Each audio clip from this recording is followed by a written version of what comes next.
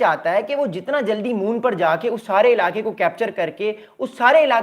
करके वहां पे अपने बेसिस बना ले, वहां पे अपनी मिलिट्री, अपनी स्पेस फोर्स को, अमेरिका ने 2017-18 में अपनी स्पेस फोर्स भी बनाई हुई है, तो अमेरिका अपनी स्पेस फोर्स को वहां पे भेजेगा और वहां पे तरह तरह के कैंप्स लगाएगा और मोर इंपॉर्टेंटली वहां पे चीजों को मिलिटराइज कर देगा। तो इट शोज के आने वाले टाइम पे आपको मिलिट्री जोन्स नजर आएंगे मून पे, जिससे हमें ये अंदाजा होगा कि मून पर जो है वो मून की जो एक तरह से मून पे जो रेस है वो आने वाले टाइम पे बढ़ेगी। अब मैं आपको मिलिट्री जोन्स भी दिखाता हूं थोड़ी देर बाद कि जो मून पे मिलिट्री जोन्स हैं फ्यूचर में कैसे मिलिट्री जोन्स कैसे होंगे। अब मून पे भी तरह तरह के मिलिट्री जोन्स होंगे, तरह तरह की मिलिट्री जो है वो मिलिट्री चल रही होंगी और कोशिश करेंगी कि अपने आप को ताकतवर करें और उनसे उनका कोई मुकाबला ना कर सके। तो इस तरह के मिलिट्री जोन्स बनाए जाएंगे मून पे और कोशिश की जाएगी कि हीलियम-3 को लिया जाए जो कि बहुत इंपॉर्टेंट सोर्स है एनर्जी का। तो एनर्जी की जो वॉर है ये अब आपको मून पे भी नजर आएगी। तो it's all about the sources game. अब according to the sources the race is not just about getting to the moon, it is also about to control its resources once they are there. The moon contains minerals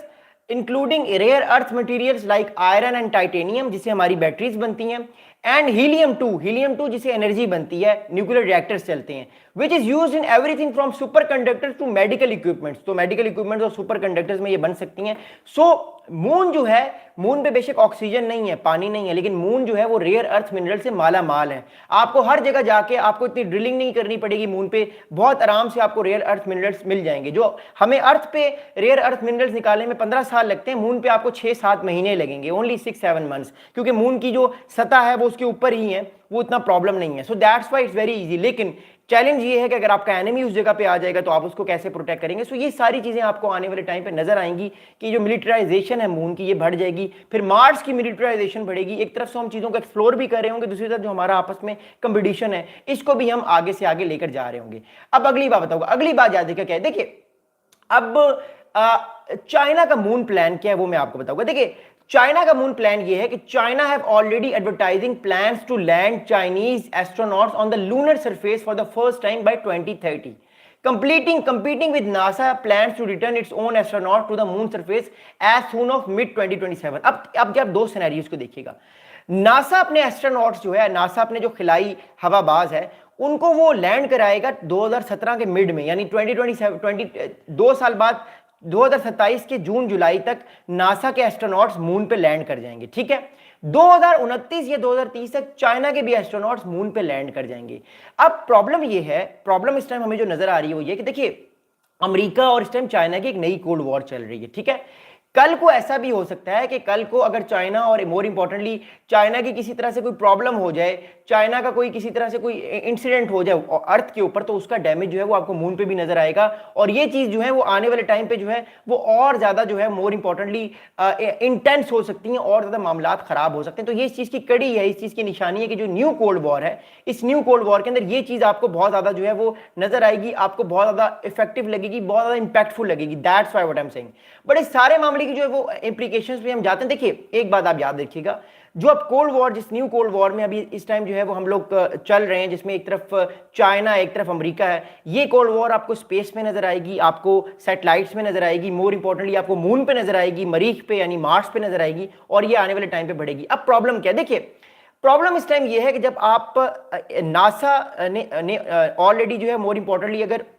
assess बंद कर देता है Chinese nationalist की, या जो Chinese visa holder है जो America में इस टाइम, अगर उनको जो है वो आने वाले टाइम पे अगर इस तरह की असेस ना दी गई, अगर उनको आने वाले टाइम पे उनको असेस रोक दी गई नासा की, तो क्या होगा ये कि जो ह्यूमन कोलैबोरेशन हो रहा है, ह्यूमन टेक्नोलॉजिकल जो एवोल्यूशन पे हम जा रहे हैं नेक्स्ट स्टेप पे एआई के, मोर इंपॉर्टेंटली हम मून पे जाने की बात करें, वो कोलैबोरेशन आने वाले टाइम पे खत्म हो सकती है, कम हो सकती है, जिससे बहुत ज्यादा नुकसान हो सकता है ह्यूमैनिटी को। लेकिन उसका एक फायदा ये होगा कि ह्यूमन जल्द से जल्द मार्स पे जाने की कोशिश करेगा, मरीख पे जाने की कोशिश करेगा और मून पे जाने की कोशिश करेगा। लेकिन प्रॉब्लम ये कि जो कोलैबोरेशन होगा दोनों साइड्स का वो कम हो जाएगा, आपस में कंपटीशन ज्यादा हो जाएगा। जब कोलैबोरेशन कम हो जाए, कंपटीशन ज्यादा हो जाए, तो उसको हम लोग कोल्ड वॉर कहते हैं, जब ग्रेट पावर पॉलिटिक्स की बात कर रहा हूं। अगली बात ये देखिए,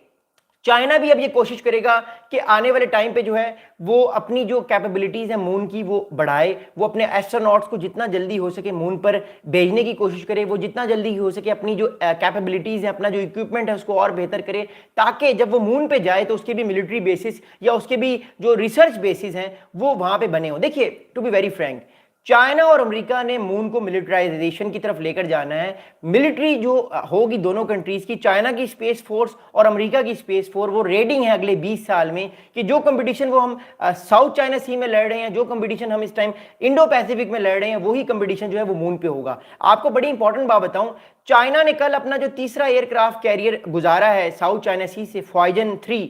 वो उसके उसके जवाब में जो है वो आज आज अमेरिका और जापान ने डिसाइड किया कि वो भी साउथ चाइना सी पे नेवल ड्रिल्स करेंगे। तो एक तरह से जो कंपटीशन हमें यहां नजर आ रहा है वही कंपटीशन हमें आसमान पे,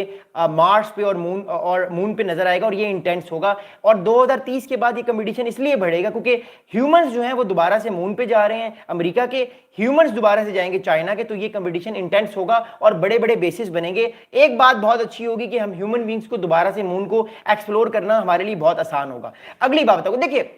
अगली बात यह है कि जितना ज्यादा ये कोल्ड वॉर का कंपटीशन बढ़ेगा, एस्केलेशन बढ़ेगी, टेंशंस बढ़ेंगी, मामलात बढ़ेंगे, जज्बात जो हैं वो थोड़े बिगड़ भी सकते हैं, बिकॉज चाइना भी ये चाहता है कि वो इस नई मून रेस में अमेरिका को हराए। अमेरिका भी ये चाहता है कि वो चाइना को आगे ना बढ़ने दे, बिकॉज अमेरिका पिछले कई सालों से दुनिया की सुपर पावर है, चाइना अब उसको कंपटीशन दे रहा है और चाइना को वो पीछे करना चाहता है। अब इंपॉर्टेंटली चाइना के साथ इस पूरी गेम में रशिया भी है और अमेरिका के साथ उसके नेटो एलाइज भी हैं, तो ये चीज जो है वो आपको नजर आएगी। अब last but not the least, more importantly, ये कोल्ड वॉर जिस कोल्ड वॉर में अभी हम आ चुके हैं, इसमें कंपटीशन ज्यादा होगा, रिस्ट्रिक्शन ज्यादा होंगी, लेकिन इसमें इनोवेशन भी ज्यादा होगी, क्योंकि जहां पे कंपटीशन होता है वहां पे तरह तरह की नई इनोवेशंस होती हैं, स्पेस से रिलेटेड,